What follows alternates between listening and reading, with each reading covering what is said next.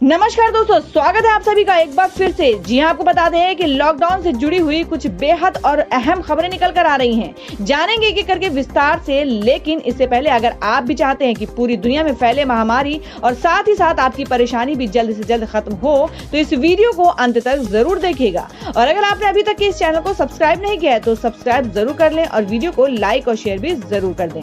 दोस्तों, खबरों का सिलसिला शुरू करने से पहले आपको बता दें कि महामारी का कहर दिन ब दिन बढ़ने के कारण सरकार की तरफ से कुछ कड़े कानून और कुछ रियायतें दी गई हैं, जिन्हें जानना आपके लिए बेहद जरूरी है। इसलिए आपसे अनुरोध है कि खबरों में अंत तक जरूर बने रहिएगा। तो खबरों का सिलसिला शुरू करते हुए बढ़ते हैं पहली बड़ी खबर की ओर।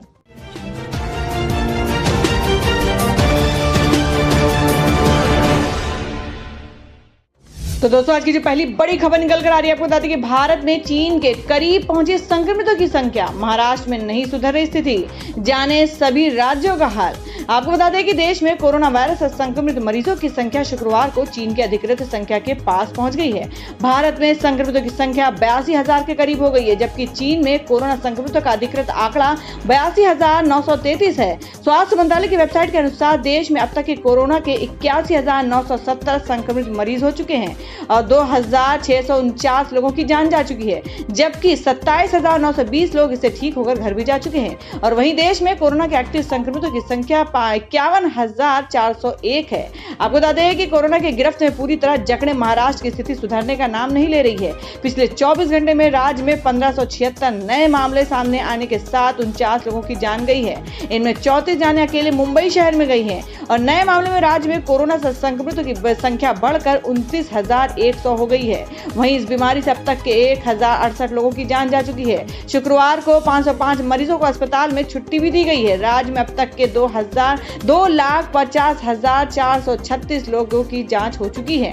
और वहीं आपको बता दें कि कोरोना के प्रकोप से झुलस रहे गुजरात में शुक्रवार को 340 नए मामले सामने आए हैं। शुक्रवार को 20 लोगों की जान गई है, जिसमें से संख्या बढ़कर 606 हो गई है। वहीं शुक्रवार को ठीक होने वाले 282 मरीजों को अस्पताल से छुट्टी मिल गई है। राज्य में सक्रिय मरीजों की संख्या फिलहाल 5,251 है। और दोस्तों, मैं अगली खबर बता दें कि 17 मई के बाद बढ़ेगा लॉकडाउन, इन क्षेत्रों में छूट की तैयारी, जाने क्या चाहते हैं राज्य। जी आपको बता दें कि कोरोना के प्रसार की गति को कम करने के लक्ष्य के साथ लागू देशव्यापी लॉकडाउन का तीसरा चरण 27 मई को समाप्त हो रहा है और इस बात के स्पष्ट संकेत है कि लॉकडाउन इसके बाद भी जारी रहेगा।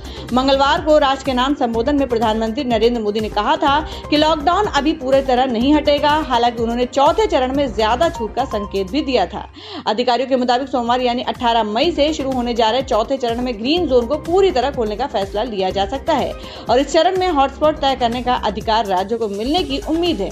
हालांकि शारीरिक दूरी का पालन करने और मास्क लगाने जैसा प्रावधान सभी के लिए अनिवार्य रहेगा। अधिकारियों का कहना है कि अगले चरण में ऑरेंज जोन में भी बहुत कम पाबंदियां रहेंगी। रेड जोन में भी कंटेनमेंट एरिया में ही सख्ती रखी जाएगी। यहाँ तक कि रेड जोन में सैलून, नाई की दुकान और चश्मे की दुकानों को भी खोलने की अनुमति मिल सकती है। हालांकि इस संबंध में विस्तृत गाइडलाइंस और सरकारों के सुझाव के आधार पर गृह मंत्रालय जारी करेगा और राज्य सरकारों को शुक्रवार तक अपने सुझाव देने को कहा गया है। अधिकारियों के मुताबिक पंजाब, बंगाल, महाराष्ट्र, असम और तेलंगाना लॉकडाउन को जारी रखना चाहते हैं। इनमें से कुछ राज्य जोन तय करने का अधिकार अपने हाथ में चाहते हैं। राज्यों का यह अनुरोध माना जा सकता है ताकि राज्य जमीनी हालात के आधार पर किसी क्षेत्र में लोगों की आवाजाही या आर्थिक गतिविधियों को लेकर फैसला कर सके। अभी कोई भी राज्य लॉकडाउन को पूरी तरह से हटाने के पक्ष में नहीं है, लेकिन आर्थिक गतिविधियों को धीरे धीरे शुरू करना चाहते हैं। और अब अगली बड़ी खबर बता दें कि आने वाला है चक्रवाती तूफान, 8 राज्यों में अलर्ट, तेज हवाओं के साथ हो सकती है भारी बारिश। जी आपको बता दें कि कोरोना वायरस महामारी के बीच मौसम विभाग की एक चेतावनी ने 8 राज्यों और केंद्र शासित प्रदेशों की चिंता बढ़ा दी है। दरअसल मौसम विभाग ने जानकारी दी है कि आज शाम 16 मई को बंगाल की खाड़ी में एक चक्रवाती तूफान एम्फान आएगा, जिसके चलते अंडमान निकोबार, ओडिशा और पश्चिम बंगाल में भारी बारिश हो सकती है। इस चक्रवाती तूफान के असर के चलते देश के 8 राज्यों और केंद्र शासित प्रदेशों में भारी बारिश और तेज हवाएं चल सकती है। मौसम विभाग के अलर्ट के अनुसार अंडमान निकोबार द्वीप समूह में आज और कल भारी बारिश हो सकती है। इसके अलावा ओडिशा के तटीय इलाकों और पश्चिम बंगाल में भी कुछ स्थानों पर तेज बारिश हो सकती है। मछुआरों को बंगाल की खाड़ी के दक्षिण और सेंट्रल इलाकों के बीच समुद्र में न जाने की सलाह दी गई है। साथ ही जो मछुआरे समुद्र के इन इलाकों में गए हैं उन्हें भी तुरंत वापस लौट आने के निर्देश दिए गए हैं। इसके साथ ही आंध्र प्रदेश के तटीय इलाकों में भी चक्रवाती तूफान एम्फन को लेकर अलर्ट जारी किया गया है। राज्य के तटीय इलाकों में आगे 2-3 दिन में भारी बारिश और तेज हवाएं चल सकती हैं। अब अगली बड़ी खबर बता दें कि यूपी में 12 नहीं 8 घंटे ही काम करेंगे श्रमिक। योगी सरकार ने वापस लिया आदेश। जी आपको बता दें कि देशव्यापी लॉकडाउन के बीच चौतरफा विवाद और हाईकोर्ट की नोटिस के बाद योगी सरकार ने श्रमिकों के 12 घंटे काम करने वाले आदेश अधिसूचना को 1 सप्ताह बाद ही निरस्त कर दिया है। योगी सरकार द्वारा फैक्ट्री एक्ट में किए गए इस संशोधन की अधिसूचना को वापस लेने से मजदूर वर्ग में खुशी की लहर दौड़ पड़ी है। अब प्रदेश में फिर से श्रमिकों के काम करने की अवधि अधिकतम 8 घंटे हो गई है। बता दें कि इस मामले में हाईकोर्ट में एक याचिका दाखिल की गई थी, जिसके बाद कोर्ट ने योगी सरकार के खिलाफ एक नोटिस भी जारी किया है। प्राप्त जानकारी के मुताबिक हाईकोर्ट की अगली सुनवाई 18 मई को होगी, लेकिन उससे पहले ही राज्य की योगी आदित्यनाथ सरकार ने अपने आदेश को वापस ले लिया है। संशोधन की अधिसूचना को खत्म किए जाने की अधिकारी प्रमुख सचिव श्रम सुरेश चंद्र ने शुक्रवार को पत्र के जरिए इलाहाबाद हाईकोर्ट के मुख्य स्थायी अधिवक्ता को दे दी है। लेटर में लिखा है कि 8 मई को इस संबंध में जारी अधिसूचना को 15 मई 2020 को निरस्त कर दिया गया है। बता दें कि 8 मई को राज्य के श्रम विभाग की ओर से जारी अधिसूचना में रजिस्टर्ड कारखानों में श्रमिकों के काम करने के घंटे बढ़ा दिए गए थे। नए आदेश में कहा गया था कि कारखानों में युवा श्रमिकों से एक कार्य दिवस में अधिकतम 12 घंटे और सप्ताह में 72 घंटे से अधिक काम नहीं लिया जा सकेगा। इस आदेश को लेकर सीएम योगी को विपक्ष के हमलों का भी सामना करना पड़ा और अब जबकि संशोधन निरस्त हो गया तो युवा मजदूर पहले की ही तरह दिन में अधिकतम 8 घंटे और सप्ताह में 48 घंटे ही काम करेंगे। और अब अगली बड़ी खबर में आपको बता दें कि छत्तीसगढ़ के मुख्यमंत्री भूपेश बघेल ने कहा, हमारे देश के लोगों ने पीएम केयर्स में जो पैसा दिया है उसे हमें वापस करे मोदी सरकार। यहाँ आपको बता दें कि छत्तीसगढ़ के मुख्यमंत्री भूपेश बघेल ने शुक्रवार को कहा कि हमारे प्रदेश के लोगों ने पीएम केयर्स में जो पैसा दिया उसे हमें मोदी सरकार वापस करे। उन्होंने कहा कि जो उनके राज्य के उद्योगपतियों द्वारा CSR द्वारा दान को पीएम केयर्स फंड में पैसा दिया गया उसे लौटाया जाए, जिसमें कहा गया था कि पैसा हमारा राज्य के लोगों का है। आपको बता दें कि समाचार एजेंसी PTI को दिए गए साक्षात्कार में उन्होंने ये भी कहा कि देश को प्रधानमंत्री नागरिक सहायता और आपातकालीन स्थिति पीएम केयर्स निधि में राहत के बारे में जानने का अधिकार है। बघेल द्वारा मुख्यमंत्री राहत कोष में किए गए योगदान के विवरण के सार्वजनिक होने के कुछ दिनों बाद ये बयान आया। उन्होंने कहा कि देश के पास पीएम केयर्स फंड के बारे में जानने का अधिकार है। उन्होंने लोगों को पता होगा कि इस पर कुछ भी छिपाने की कोई बात नहीं है। बघेल ने कहा कि उन्होंने प्रधानमंत्री मोदी से कहा कि पीएम केयर्स फंड में दान राज्य के उद्योगपतियों द्वारा उनकी कॉर्पोरेट सामाजिक जिम्मेदारी के हिस्से के रूप में किया गया है। उन्होंने कहा मैंने पीएम से कहा है कि पैसा छत्तीसगढ़ का है, ये हमारा है, ये राज्य के लोगों का है, हमें वह पैसा दे ताकि हम उनके लाभ और कल्याण के लिए फैसले ले सकें। तो दोस्तों खबरों में आगे बढ़ने से पहले जान लेते हैं आज के माइंड क्विज के सवाल को। आज का सवाल है, आपको बताना है कि गुजरात के राज्यपाल का क्या नाम है। इसका जवाब आपको वीडियो के नीचे कमेंट बॉक्स में देना है और सही जवाब देने वालों को रैंडमली सिलेक्ट किया जाएगा और वो जीत सकते हैं बम्पर पुरस्कार। बढ़ते हैं अगली बड़ी खबर की ओर। और अब अगली बड़ी खबर में आपको बता दें कि मस्जिदों में लाउड स्पीकर से अजान पर पाबंदी वैध, ये इस्लाम का हिस्सा नहीं। आपको बता दें इलाहाबाद हाईकोर्ट ने किसी भी मस्जिद से लाउडस्पीकर से अजान पर बड़ा फैसला देते हुए कहा कि लाउडस्पीकर से अजान देना इस्लाम का धार्मिक भाग नहीं है। अजान तो इस्लाम का धार्मिक भाग है। मानो आवाज में मस्जिदों से अजान दी जा सकती है। हाईकोर्ट ने माना कि लाउडस्पीकर से अजान पर प्रतिबंध वैध है। किसी भी मस्जिद से लाउडस्पीकर से अजान दूसरे लोगों के अधिकारों में हस्तक्षेप करना है। इलाहाबाद हाईकोर्ट अजान के समय लाउडस्पीकर के प्रयोग से सहमत नहीं है। कोर्ट ने कहा कि अजान इस्लाम का अहम हिस्सा है, लेकिन लाउडस्पीकर से अजान इस्लाम का हिस्सा नहीं है। और अब अगली बड़ी खबर बता दें कि लोकल के लिए वोकल के नारे का सबसे पहले फायदा उठाएंगे बाबा रामदेव, लॉन्च करेंगे ऑर्डर मी।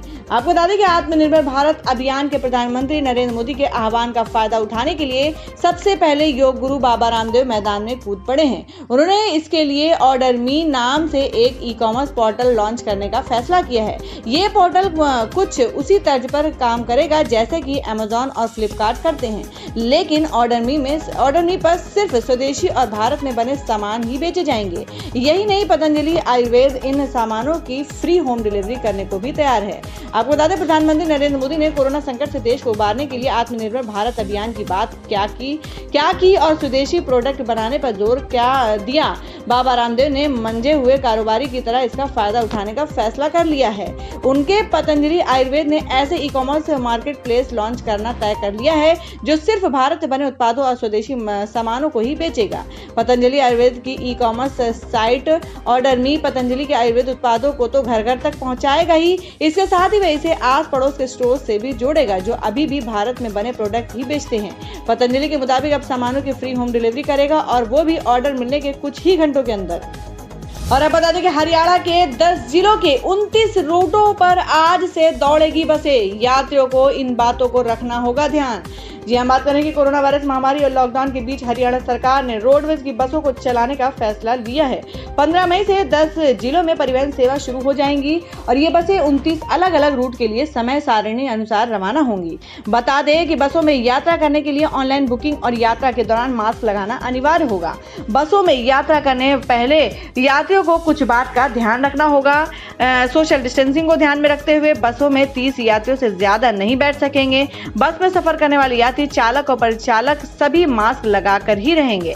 परिवहन मंत्री मूलचंद शर्मा ने कहा कि ये सभी बसें प्रदेश के अंदर ही चलेंगी। सभी बसों को सैनिटाइज करने के बाद ही रोड पर चलाया जाएगा। बसें सिर्फ अंबाला, भिवानी, हिसार, कैथल, करनाल, नारनौल, पंचकुला, रोहतक, रेवाड़ी, सिरसा डिपो से चलेंगी। और अब अगली खबर में आपको बता दें कि महाराष्ट्र में मुंबई, पुणे समेत इन 3 शहरों में 31 मई तक बढ़ा लॉकडाउन।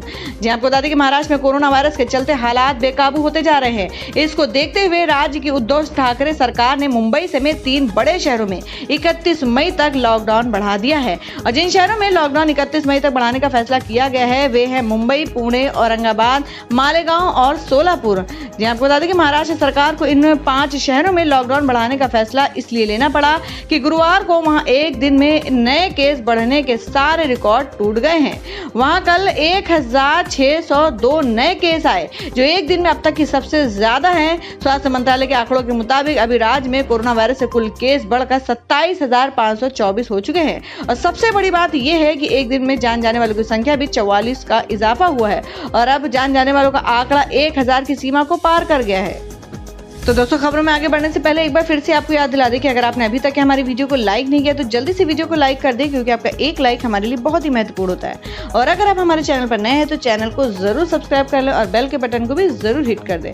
और हमारी पूरी न्यूज को जानने के लिए वीडियो को लास्ट तक जरूर देखें। बढ़ते हैं अगली बड़ी खबर की ओर। और अब अगली खबर में आपको बता दें कि लॉकडाउन 4 में खास इलाकों में शुरू होगी हवाई और बस सेवाएं। ऑटो टैक्सी को भी मिल सकती है परमिशन। जी हम बात करें कि देश में कोरोना वायरस की वजह से लॉकडाउन का तीसरा चरण खत्म हो रहा है जो कि 27 मई को समाप्त होने वाला है। पीएम मोदी ने पहले ही कह दिया है कि 18 मई से लॉकडाउन 4 लागू होगा, लेकिन ये पूरे नए रंग रूप वाला होगा, यानी कि इस बार का लॉकडाउन में काफी ढील दी जा सकती है। एनडीटीवी के मुताबिक गृह मंत्रालय के एक वरिष्ठ अधिकारी ने कहा कि इस बार के लॉकडाउन में नॉन हॉटस्पॉट वाले इलाकों में सीमित क्षमता के साथ बसों का चलाना प्रारंभ होगा। सवारियों की क्षमता को ध्यान में रखते हुए ऑटो और टैक्सी चलाए जाने की भी परमिशन दी जा सकती है।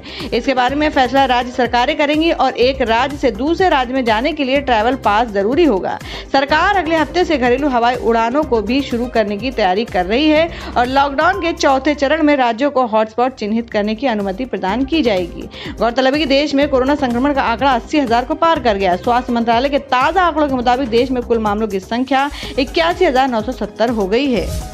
और अब अगली खबर में आपको बता दें कि 17 मई के बाद दिल्ली में ऑड इवेंट के तर्ज पर खुल सकते हैं शॉपिंग मॉल, मेट्रो और बस चलाने की भी इजाजत।